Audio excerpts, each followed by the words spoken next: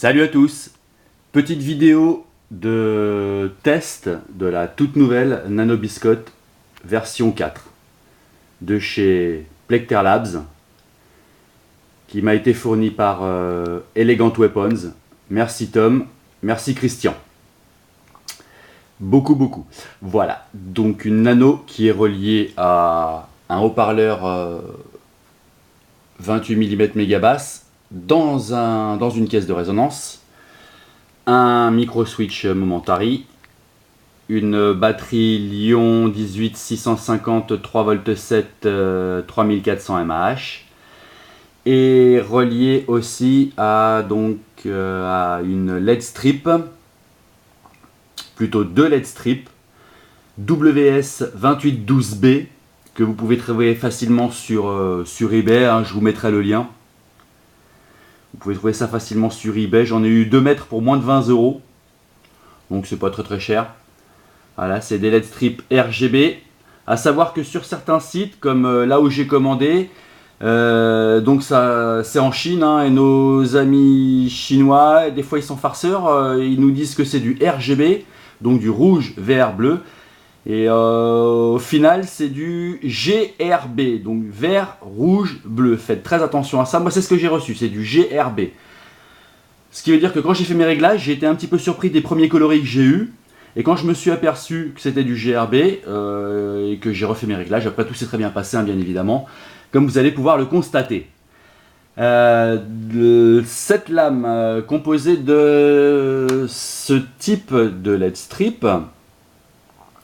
Voilà, donc ce sont deux LED strips assemblés. Alors j'ai cette configuration qui est possible, ou alors il y a aussi cette configuration qui est possible. Moi j'ai choisi celle-là, parce qu'au niveau luminosité, je vous avoue que ça rend bien, vous allez pouvoir le constater. Donc glissé dans une mousse de ce type-là.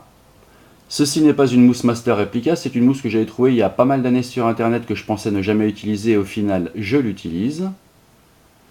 Voilà, donc ça ressemble à ça, ça c'est les mousses Master Replica, qui sont beaucoup moins denses, très molles, avec un trou énorme au milieu pour pouvoir faire passer bien évidemment leur LED strip, qui au final était très bien, hein, au début, hein, mais bon, maintenant on peut avoir beaucoup mieux grâce à Plecter Labs. Nous allons pouvoir procéder au test de la fameuse lame qui sera pour ce sabre, et cette carte sera installée définitivement dans ce sabre. Ce sera une lame amovible, hein, il y aura un connecteur à ce niveau là. Je ne sais pas encore si ce sera le côté mâle ou le côté femelle qui va venir ici, je verrai ça ultérieurement une fois que les tests seront terminés. Je pense qu'ils sont terminés et on verra la fabrication des connecteurs ultérieurement. Pour l'instant, nous allons procéder à l'allumage et déjà passer à la banque 1. Donc on va passer à la banque 1. Voilà, ça c'est la banque 1. Et la banque 1, ça donne ça. Ça donne un vert très clair. Un lime. Bon, avec la caméra, c'est un rendu différent, hein. Moi j'ai plus de vert de mon côté, bien évidemment. Mais voilà, donc c'est un vert très clair, un très beau vert avec un flash and clash bleu. J'aime beaucoup le rendu. La synchro entre le son et la lame est très bonne sur cette banque, vraiment très bien. Que ce soit au niveau de l'allumage ou de l'extinction. Donc là on va mettre un petit coup de silencieux, voilà, parfait. Donc là on peut pas savoir, mais c'est comme ça, voilà. Pour la banque 2,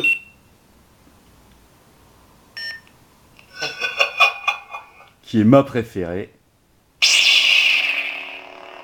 Là au niveau de l'allumage, la lame est beaucoup plus lente par rapport au son. J'ai pas encore trouvé le réglage qui permet d'accélérer un petit peu la vitesse de sortie de lame. Je sais pas s'il y en a un, mais bon, je verrai ça plus tard. Donc là aussi c'est toujours un flash and clash bleu. Vraiment très bien. Et là, la vitesse d'extinction, la synchro entre le son et la rentrée de lame est vraiment impeccable.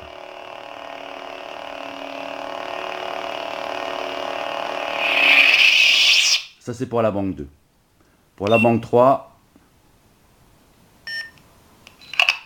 là j'ai voulu un bleu, là aussi un bleu très très très clair. Genre le bleu de Luke dans l'Empire contre-attaque. Ouais, c'est un bleu très très clair celui-là. Avec un flash and clash vraiment très léger sur cette lame. Étant donné que c'est un bleu, une lame, c'est une lame puissante, donc au niveau des flash and clash, ça lui consomme pas beaucoup d'énergie. Voilà, là aussi un petit coup de silencieux. Ah, parfait, hein, comme d'habitude. Hein. Le silencieux de cette carte est vraiment parfait. Comparé au silence de la Nano V3, la Nano V3, quand on mettait le volume à 0, il y avait toujours un petit grésillement au niveau du haut-parleur, alors que là, il n'y a absolument rien. Voilà. C'est vraiment impeccable.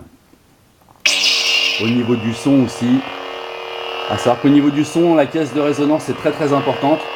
Parce qu'il suffit que je retourne le haut-parleur, qui actuellement est dirigé vers le bas, donc là c'est un peu comme du caoutchouc, ça atténue la caisse de résonance, ça amplifie la caisse de résonance. Si je retourne, voilà, ça donne quasiment plus rien. Puis si les deux côtés sont ouverts, ouais, quasiment plus de basse.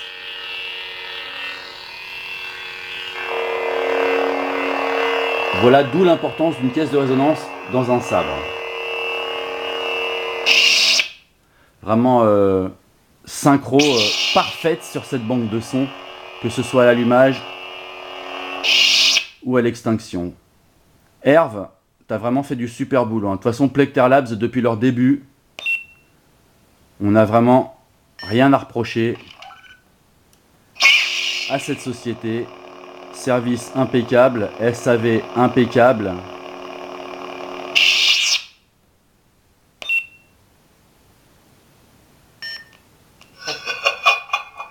C'est vraiment ma banque de son préférée, celle-là. Et ma couleur préférée aussi. Il n'y a pas photo. Mace Windu Power. Enfin voilà, j'espère que ça vous aura plu. Et may the force be with you, always.